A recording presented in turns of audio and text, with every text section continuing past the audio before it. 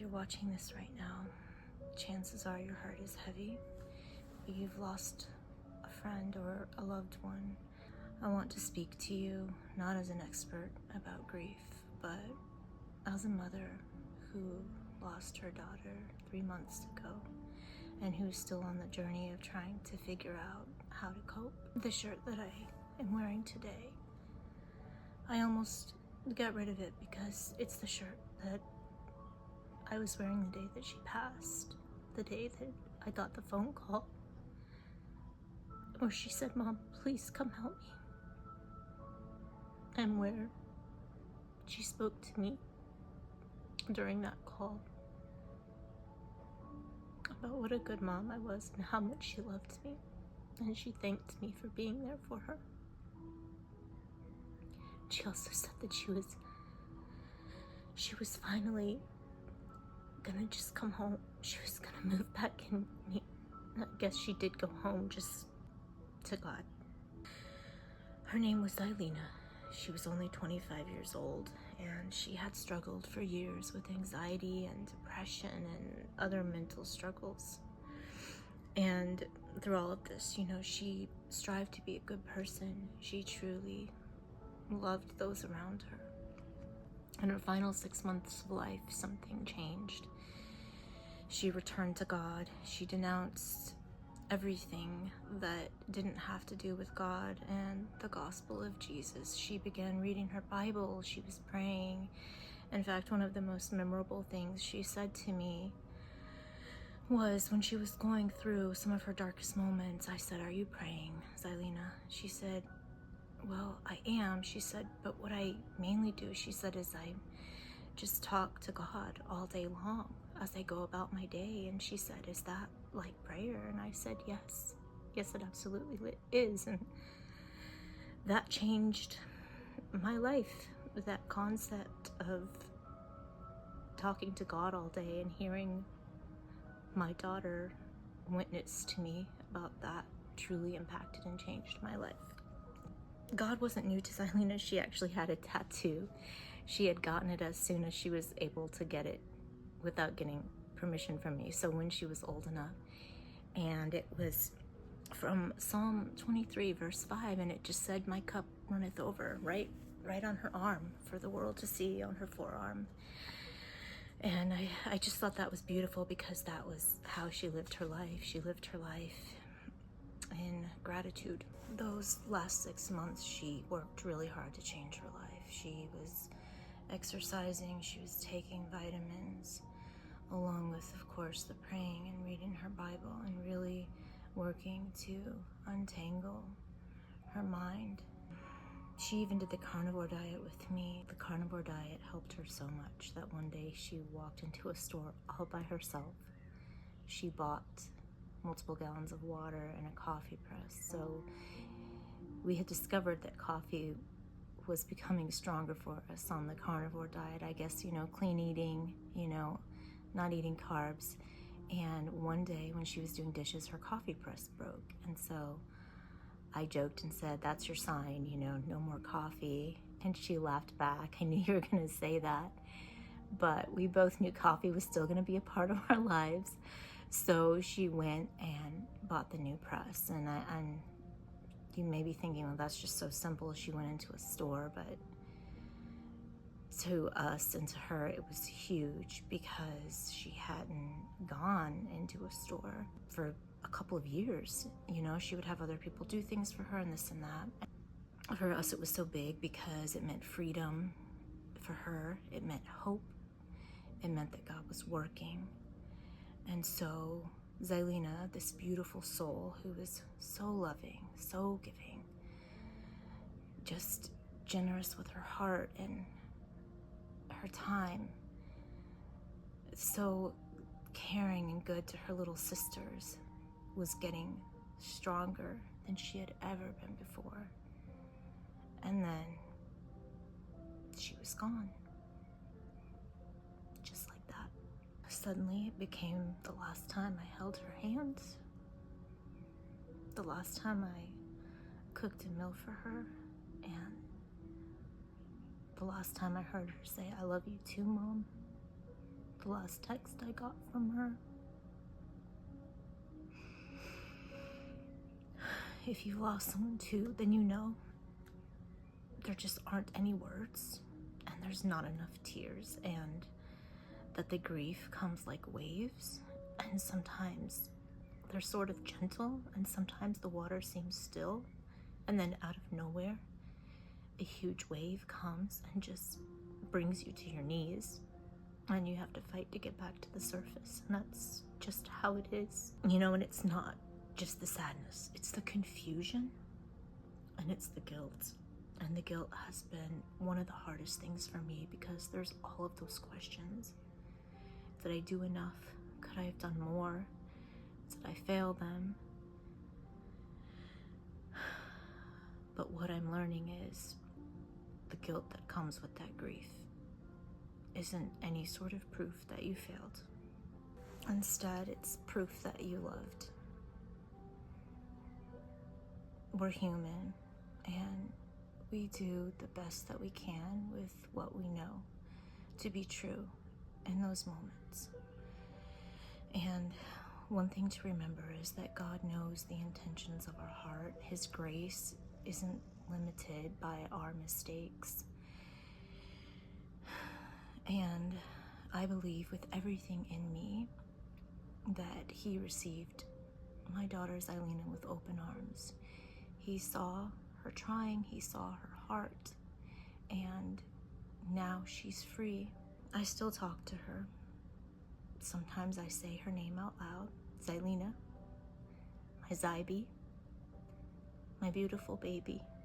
Sometimes I text her and hope somehow she'll see it, or just speak to her out loud, and sometimes I just cry because you can't find the words.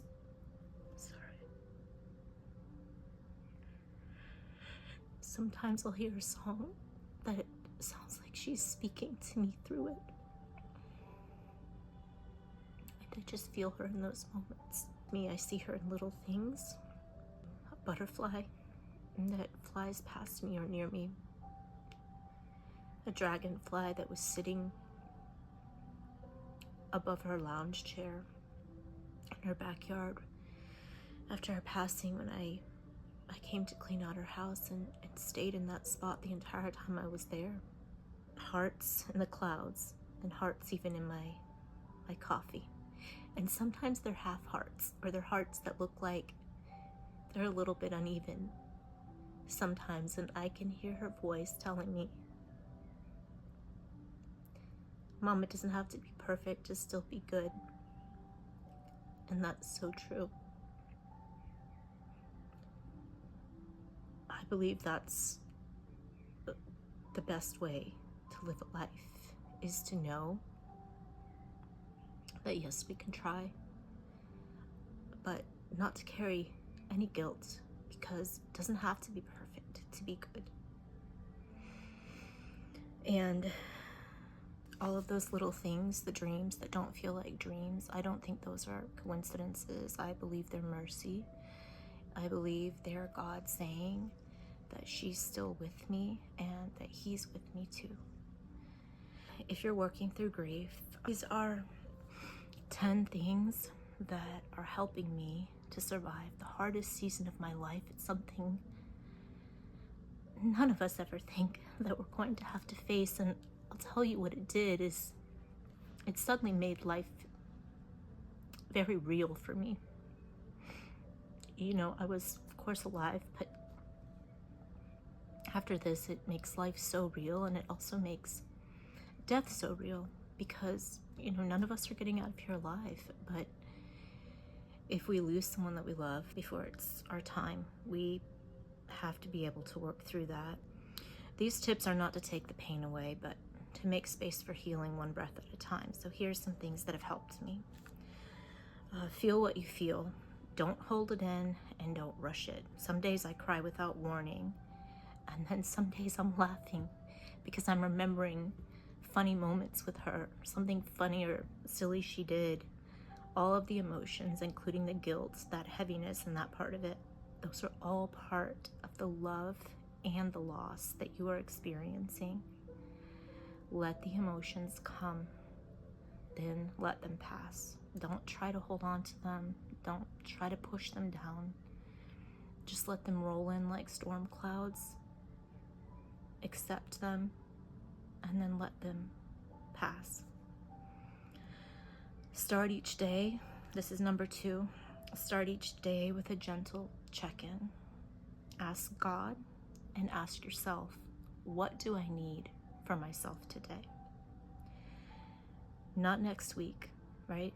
Not even later today, just maybe right now. Maybe it's rest, maybe it's prayer, maybe you just need to get out of bed. There were some mornings I haven't even wanted to get out of bed. I'm sure you can relate. Write it down is number 3. Keep a journal. Sometimes I'm talking to God. Sometimes I talk to Xylena. Writing has helped me release the words that I can't necessarily speak, or releasing what the words can't even hold, because words really aren't going to be able to hold your grief. Number 4, take care of your body gently. Your body carries your grief too. In fact, it carries trauma. It carries many, many things that have happened to you throughout your life.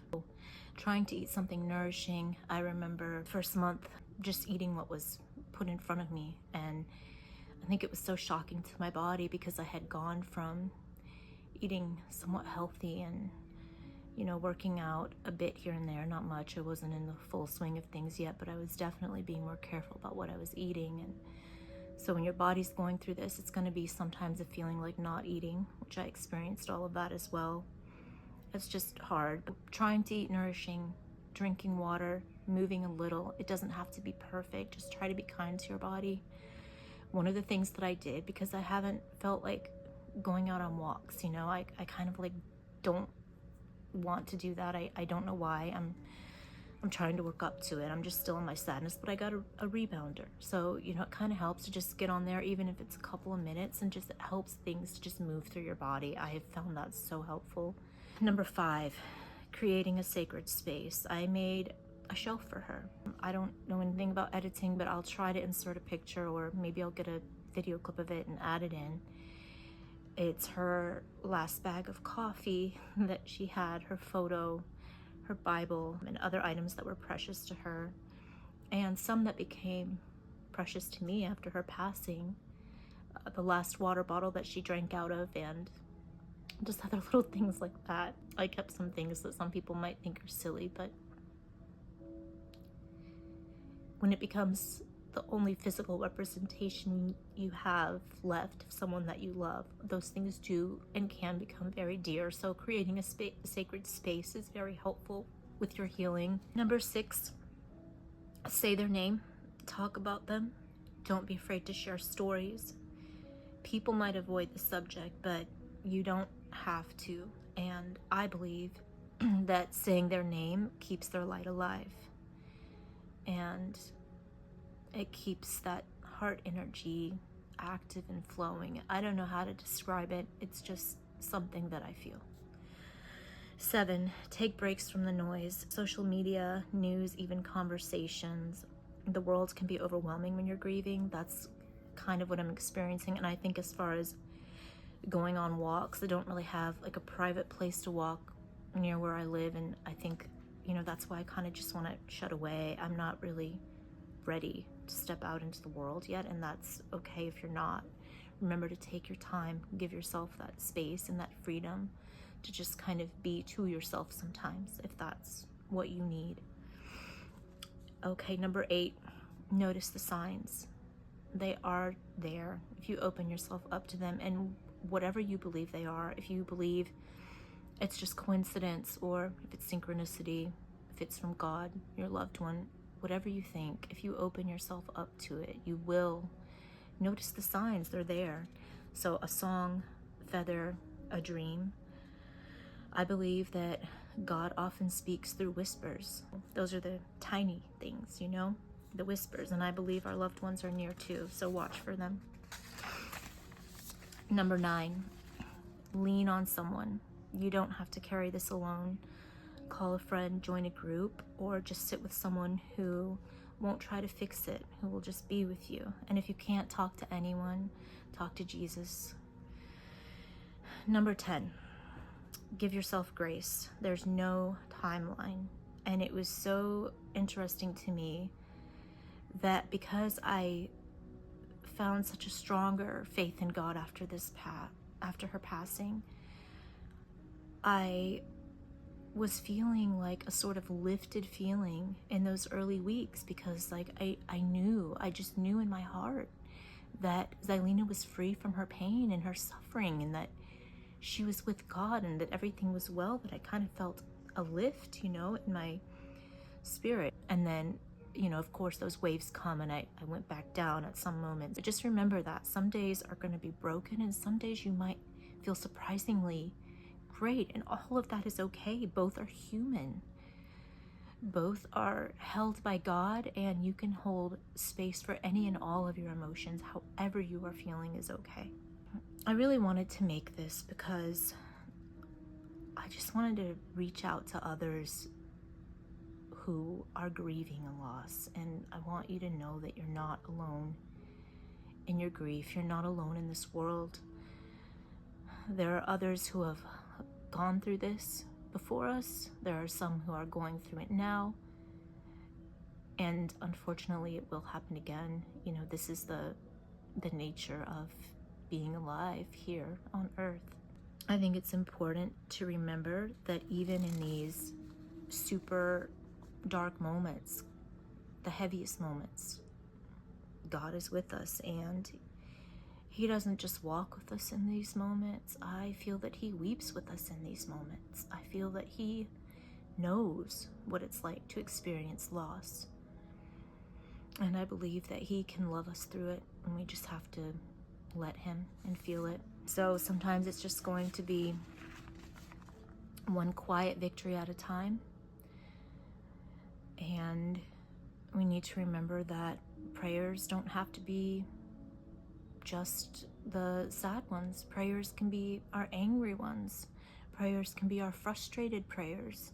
They can be confusion. Whatever we need to pray about, all of that is okay. And it's possible. It's possible to still talk to God even when we're not feeling at our best. And I think we need to remember that it's very human to be in those dark places, and those are actually the places where we still need to reach out to God. I'm still carrying my daughter's light. This is her. This is my Xylena. I hope you can see her beautiful face. I will try to insert a picture. I'm still carrying her light, and I believe you carry your loved one's light within you as well, and within your heart. I had listened to some research recently about how the heart is basically like a brain. It's the heart brain. It holds so much memory, and it actually puts out so much more energy and frequency than our brains in our heads. So that's really interesting to note. So I really do believe we carry our loved ones in our hearts with us in some sort of energetic way. They are still with us. So if this spoke to you, if you're grieving, if you need someone to understand, please remember, speak your loved one's name. If you feel called to do so, please share this with someone that you think may help. Leave a comment, because even in grief, and especially in grief, you're not alone. And I want to send all my love in my heart, which is not just my love, Xylena's love as well. I want to send all of that to you right now. I want you to know that you're not alone, that you are loved, and that there are others who care. There's one more thing that I just want to add. I forgot. I'm glad that I had notes, because I felt I might forget some things and just start sobbing uncontrollably. But the scripture that was on Xylena's arm, Psalm 23:5, the phrase, "My cup runneth over," comes from Psalm 23:5, and it signifies abundant blessings and care from God. It reflects God's generosity and provision, indicating that He provides more than enough for His people, even in difficult times. The imagery of an overflowing cup symbolizes not just enough, but more than enough, showcasing God's hospitality and the depths of His love for believers. This verse is a testament to God's faithfulness and the assurance of His support in all circumstances, and especially in our most difficult ones, such as the loss of a loved one. So whoever you are grieving right now, I pray that God gives you strength, and with all of my love and with all of my heart, I pray that you will be able to get through this most difficult time. Sending all of my love.